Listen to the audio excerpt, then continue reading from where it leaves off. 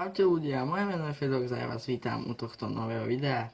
Video s názvom To alebo to.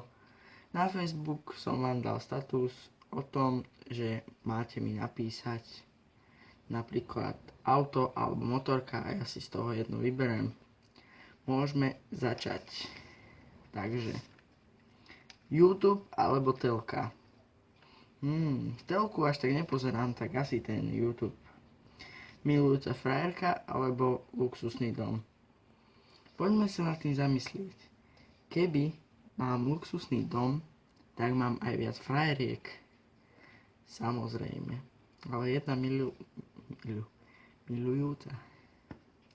Ale jedna milujúca frajerka. Luxusný dom. Rock alebo pop. Určite rock. Vypočujte si tú nahrávku. Mobil alebo tablet. Podľa mňa mobil, lebo to je také praktickejšie, menšie a dá sa na tom telefonovať ako na tablete. Je to zbytočne veľké. Hovno v hlave alebo hovno na hlave. Určite ako všetci hovno na hlave. Ale hovno v hlave mať. Čo to je mať hovno v hlave?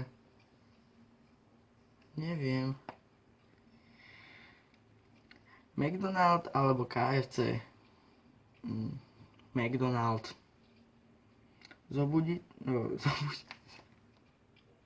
Zadusiť sa alebo sa obesiť? Asi čo by menej trvalo. Poďme obesiť. Keď sa obesím, tak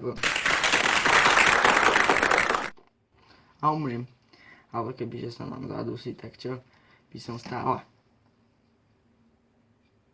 A dusil by som sa 3 hodiny. Hokej alebo basketbal? Poďme hokej, však basketbal ani nehrávam, ani ho nepozerám. Hokej, keď tak hrajú, tak si pozriem. Niekedy.